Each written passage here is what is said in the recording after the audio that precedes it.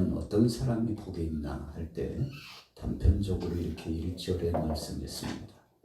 우리 1절 같이 읽어보겠습니다. 시작. 행위가 온전하여 여호와의 율법을 따라 행하는 자들은 복이 있으며. 자, 복이 있는 사람은 행위가 온전했다 그랬어요. 우리가 성경 인물 가운데 온전한 삶을 산 사람들이 있는데 욥이 있습니다. 그리고 노아가 있죠. 또 아브라함이 있습니다. 하나님 앞에 인정받는 온전한 삶이었습니다. 그렇다고 해서 그들이 완전한 삶을 사는 건 아니에요. 저와 여러분들과 같이 흠도 많고 티도 많고 약함도 많고 실수도 있고 겁은 얼마나 또 많은지. 그래서 아브라함 같은 경우에는 자기 아내를 누이라고. 이유가 뭐예요? 죽을까 봐.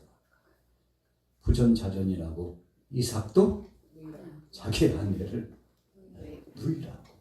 이유가 뭐예요? 두려워요. 자기 죽일까 봐. 아내가 얼마나 아름답고 이쁜지 아내 빼앗고 그 남편은 죽일까 봐. 여러분, 이 당시 족장 시대에 살아갈 때는 이런 일들이 비일비재했기 때문에 아브라함의 심정을 이해할 수 있어요. 이삭의 그 마음도 이해할 수 있어요. 그렇게 연약한 자인데 그럼에도 불구하고 하나님이 아브라함을 믿음의 조상이라고, 하나님 앞에 온전한 삶을 살았다고 칭찬해 주셨다는 거예요. 노아 한번 생각해 보세요. 그가 하나님 앞에서 참 완전한 삶을 살았다고는 했지만 포도주가 거나게 돼가지고 누워서 자는데 그냥 누워 잔 게 아니라 옷을 다 벌거벗고, 자녀들이 보니까 그 자녀 가운데 맨 먼저 발견한 사람이 누구예요? 함이 보고는, 야, 아버지가 요즘 왜 그러시나, 이렇게 추태를 부려서 되겠나 하고는 혼자 보기는 아깝다고 형제들 다 불러가지고 저기 보라고 저기 보라고. 우리 아버지가 이제는 나이 드시더니 뭔가 빠졌나 보다고 막 아버지 험담을 하면서 저거 보라고 저거 보라고. 형제들이 와가지고 딱 보니까 어메, 아버지께서 하나도 걸치지 않고 다 갖고 주무셨어. 지금 뭐 하는 거야? 아버지가 저렇게 보고 계시면 빨리 덮어드려야지. 뒷걸음 치고 가가지고 아버지의 하체를 덮어드리고, 흉을 보는 것이 아니라 그 허물을 감추어줬죠. 여러분, 노아가 그런 사람입니다.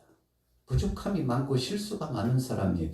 그러나 하나님이 노아를 인정해 줬어요. 이유가 뭘까요? 오늘 본문에 보니까 여호와의 율법을 따라 행하는 자다. 이 말씀 속에 핵심이 있습니다. 하나님 말씀대로 살고자 몸부림치면서 사력을 다하고 하나님 영광 중심으로 살고자 하는 그 하나님을 향한 신실한 그 믿음을 보시고, 의로운 자가 되기에는 너무 대구적이지만 의롭다 인정해 주자고. 의롭다 인정해 주자. 허물이 많고 죄가 많아서 저 모습 그대로는 안 되겠어, 덮어주자고. 그래서 어린 양의 그 가죽옷으로 아담에게 덮어주고 하와에게 덮어주고, 이 영적인 표입니다. 앞으로 모든 사람들이 죄와 허물로 말미암아 죽을 수밖에 없다 할지라도, 그러나 믿음으로 나아가고 자기 부족을 알고 죄를 회개하고 하나님 뜻대로 살고자 손을 붓는 모든 믿음의 사람들에게는 죄 없다 덮어주자. 그래서 하나님 앞에 욥도 노아도 아브라함도 의로운 반열에 속한 겁니다. 저와 여러분들도 마찬가지예요. 부족함이 많고 약함이 있지만 그럼에도 불구하고 하나님 뜻대로 살고자 소원을 품고, 나는 부족하니 죽을 수밖에 없고 심판받아 마땅하나 하나님 나를 긍휼히 여겨달라고, 하나님 저를 긍휼히 여겨달라고. 전부여 의지 없어 손들고 왔으니 주여 나를 불쌍히 여겨달라고 하는 자를 의롭다 하고, 이런 의로운 행보의 삶을 사는 자가 복된 자라 이겁니다. 자, 2절 읽어볼까요? 2절 같이 읽습니다. 시작.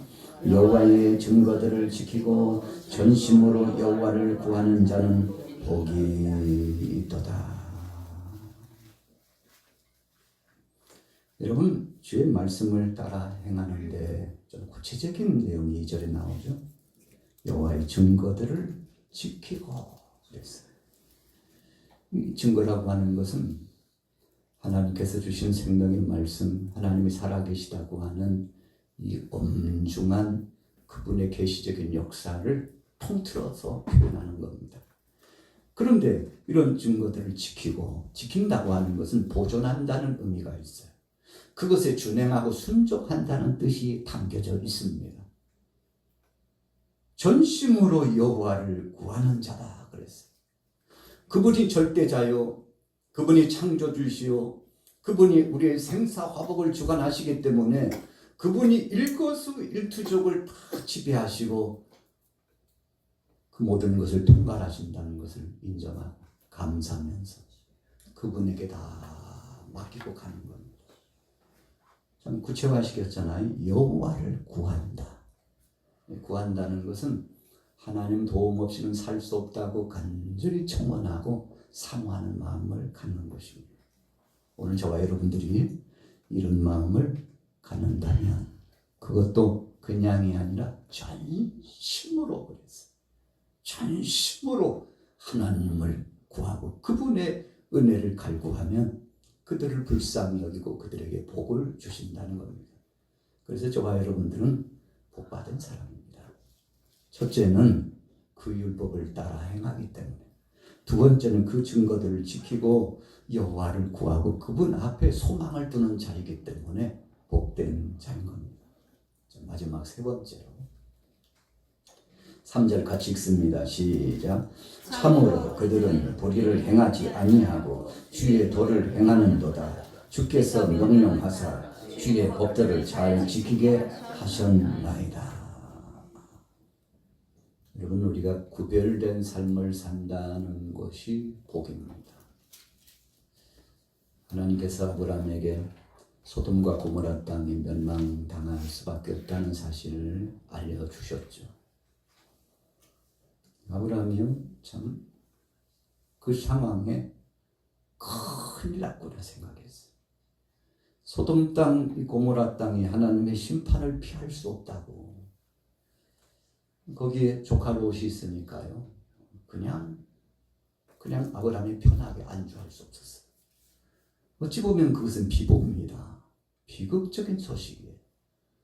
그런데 아브라함이 하나님 앞에 엎드려서 하나님 그대로 심판하시는데 우리 사랑하는 조카 롯이 거기 있는데, 특별히 거기에 있는 그 영혼들이 불쌍한데 하나님은 나와 우리 사랑하는 자녀들도 이 지경 근동도 사랑하시고 함께 하시지만 아무리 죄악에 관용했다 할지라도 그 소돔 땅들 하나님이 그 영혼을 사랑하시는 줄로 믿습니다. 여러분, 아브라함의 심정을 풀어 설명하면 그래요. 아브라함은 복음 중심의 사람이었어요. 자기만 알고 자기 가정만 생각하고 자기 근동에 있는 지역만 생각하는 사람이 아니라 원시적으로 모든 눈에 보이는 모든 사람들이 다 행복하기를, 잘 살기를, 복 받기를, 구원받기를 원하는 사람이 아브라함이었어요.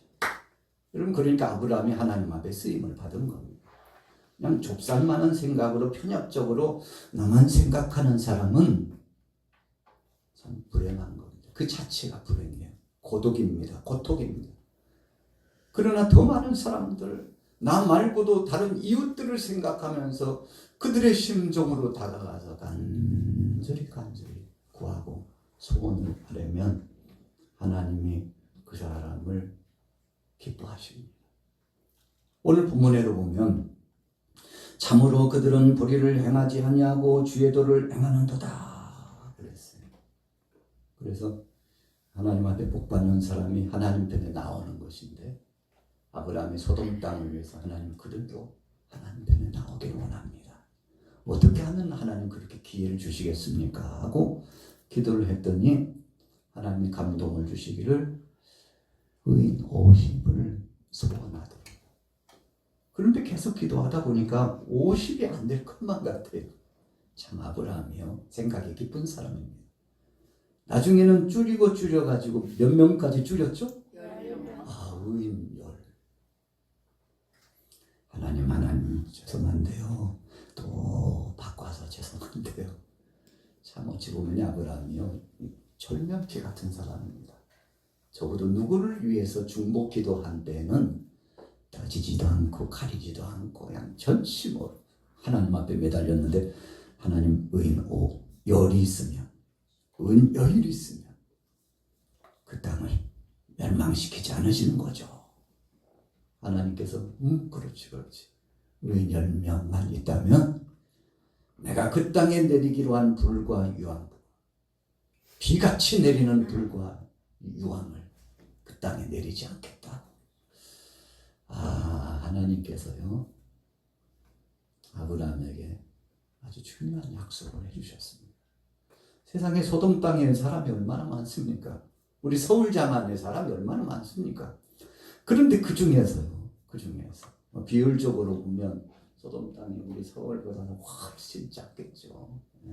훨씬 작겠죠. 한 20분의 1, 50분의 1 될까요? 100분의 1 될까요? 그렇다 할지라도 수만 명은 될 거 아닙니까? 아니면 수천 명은 될 거 아니에요. 그렇다 할지라도 그 중에 10명만 있다면, 1000명의 10명이면 어딥니까? 10,000명의 10명이면 또 어떻습니까?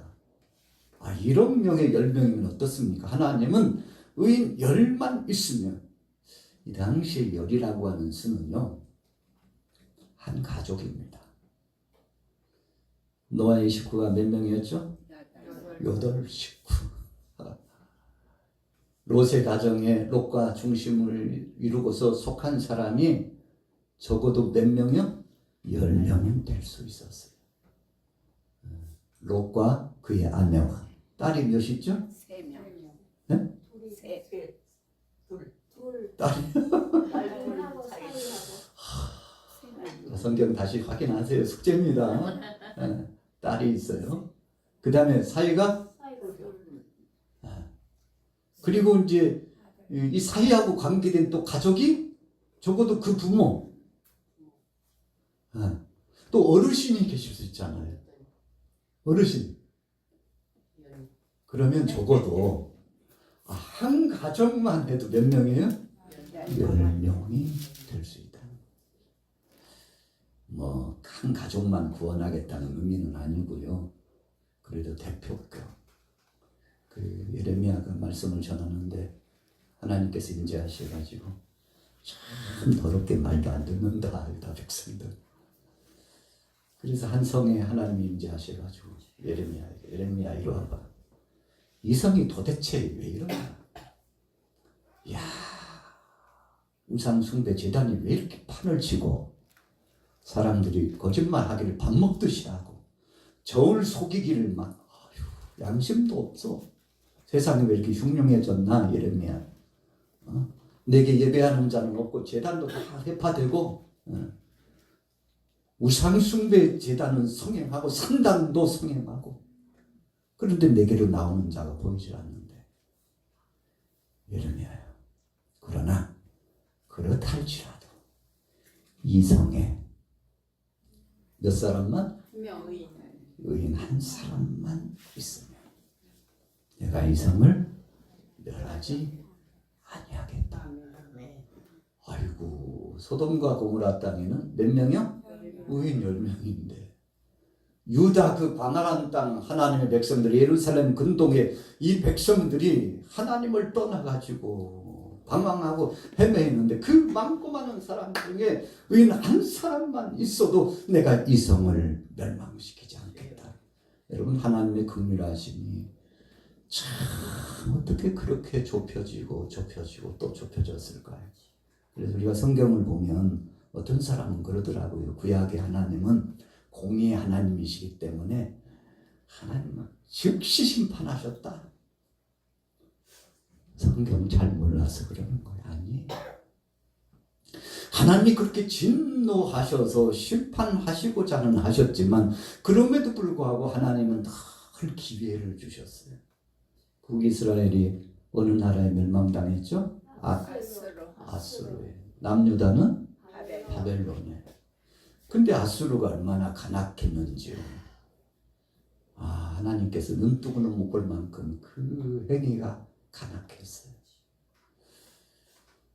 그런데 아수르의 수도 뭐죠? 니느웨. 니느웨 좌우를 분변치 않는 이 참 배은망덕하고 우둔하고 영안이 가려졌다 이겁니다. 분별이 없는 이 못된 사람들이 몇 명? 12만 명. 한 도시가 12만 명이면 적은 수가 아닙니다. 근데 아수르가 그만큼 악했거든요. 오늘날로 말하면 저 북한처럼 우상 숭배 극치잖아요. 그래서 그 수장이 신격화될 만큼 예배당을 다 불태우고 없애고 신앙의 자유를 없애고, 그리고 우상 중에 최고의 우상 도시 바벨론은 사실은 북한 땅입니다.